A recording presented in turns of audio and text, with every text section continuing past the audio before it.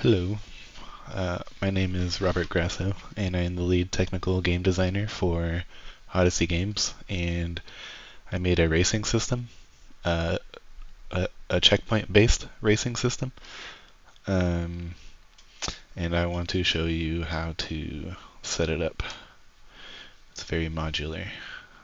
Um, so we basically have three different uh, checkpoint types, and so I'll try to make this as big as possible.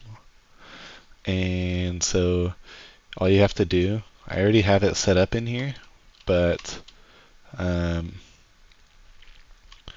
all you have to do is drag this into the level. You don't have to be concerned about that. And then basically you can see on the right here that we have some variables that we get to play with. So basically the simple pipeline is that we'll do it in this open area, is that you make the course first, and then like placement and everything, and then you set up all these variables. So you can hold Alt and then drag on the arrow to duplicate pretty easily.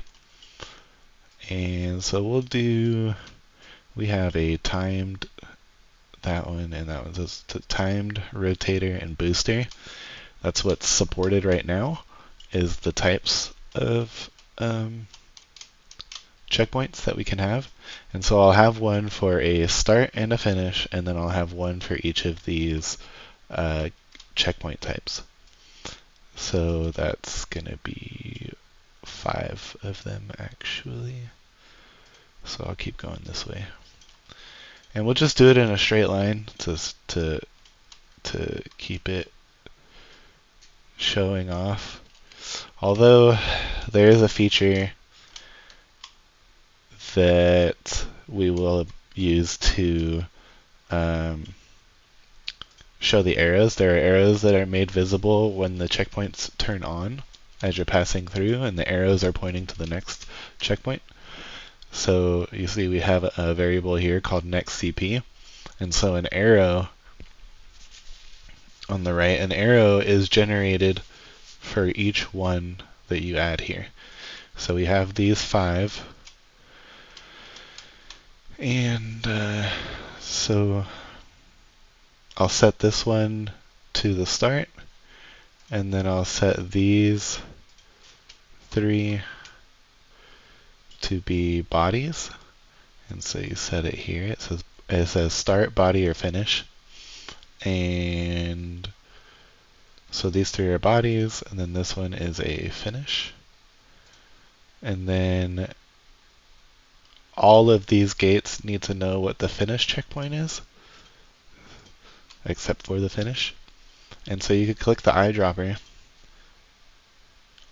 and then just do that. And then all of your gates now are aware of what the finish checkpoint is. And then the same thing for start. So they all need to know what the start is and the reason for that is so that the timer for the lap stops counting, and that's held inside of the start checkpoint.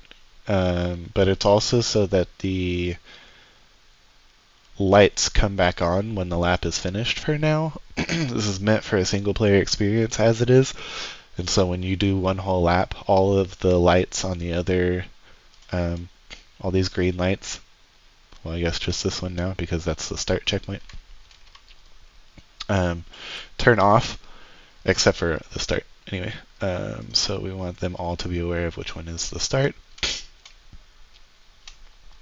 And then basically all of these, except for the finish, are going to have one next checkpoint. So you do that, and then one by one, you click the dropper, click that, you click the next one, and then you click the dropper, and you click that. And then this one, you click its dropper, and there, and here, and here. And now all of them are aware of each other going forward. And so this is just basically the setup, and it's pretty cool.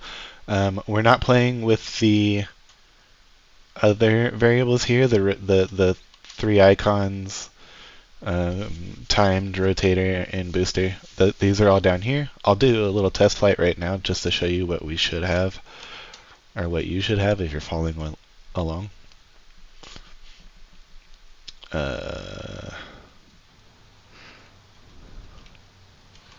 So we have the start, and it's lit up as you can see, and all the other ones are pretty much looking dead, which is intentional. We want the players to know where they're supposed to start the race from. And the text that's sitting here right now as placeholder will show like the lap time for now until we get like UI support. So pass through. That didn't work.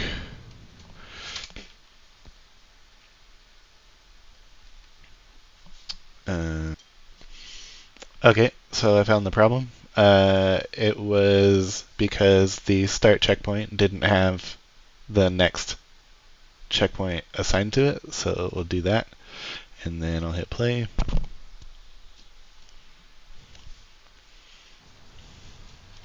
Alright, so we're going to go fly through this, and the next one should light up. There we go, and you see the green arrow pointing to the next checkpoint, and this is going to happen all the way through. And then the finish, you see the timer going down, and the finish will say victory. Victory. There you go. And so really quickly, because I'm trying to get this under 10 minutes, I will set these to the bodies to use the different types. So this first one will be timed. It'll be like 2 seconds, so that way you can see the countdown. This one will be a rotator, and what happens is it adds the panels, and then you set the panel spacing. I have a tooltip here that says the distance recommended is 250, so we'll do that, 250. And then the angle can be like, I don't know, 45 degrees. Technically the drones can fly through this without rotating, but you know, if you make the spacing smaller, it would force it. And then this last one is a booster. So it will force the players to boost, and we'll put it down to like 1 second. And that will automatically give the player a free boost without costing energy. So yeah, we got timed, rotator, booster. And so that's it. Pretty much should be working. We got 2 minutes left. Let me hit play. And we should just see them working.